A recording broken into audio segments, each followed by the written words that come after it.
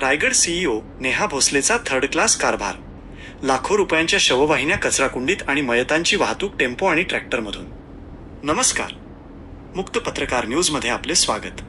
महाराष्ट्र शासनातील एका दीड शहाण्या मंत्र्याने करोडोंचा घोटाळा करून जनतेच्या गळ्यात निरुपयोगी शववाहिन्या बांधल्या आहेत.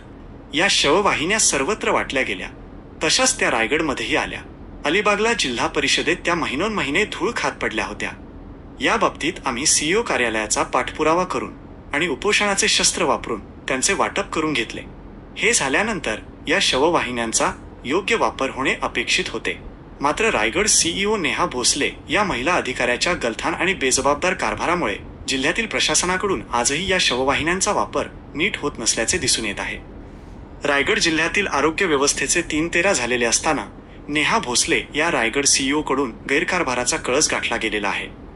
रायगडमध्ये शासकीय मोफत शववाहिन्या दिलेल्या असतानाही जिल्ह्याच्या ठिकाणी अलिबाग येथे रायगड सीईओच्या नाकाखाली मयतांच्या अंत्ययात्रेसाठी कचरा वाहून नेणारे ट्रॅक्टर आणि टेम्पो वापरले जात आहेत. हे धक्कादायक आणि संतापजनक आहे.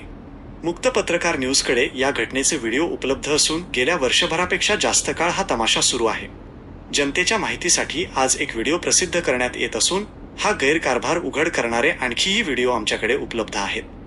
रायगड येथील मुक्त पत्रकार प्रतिनिधी श्री नितीन वाडेकर यांनी जिल्हा परिषद सीईओ नेहा भोसलेच्या गैरकारभाराची पोलखोल करणारा हा व्हिडिओ आमच्याकडे पाठविला असून जिल्हा प्रशासनाने माणुसकीला काळीमा फासल्याचे या व्हिडिओमधून दिसून येत आहे.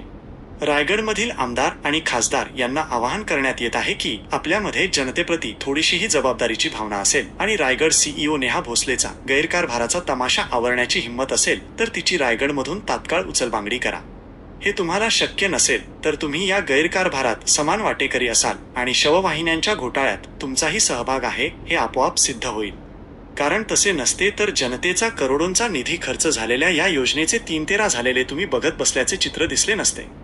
महाराष्ट्रातील जनतेने राजकारणी आणि अधिकाऱ्यांकडून सुरू असलेल्या या थिल्लर कारभाराविरोधात आणि अत्याचाराविरोधात आवाज उठविण्याची गरज आहे.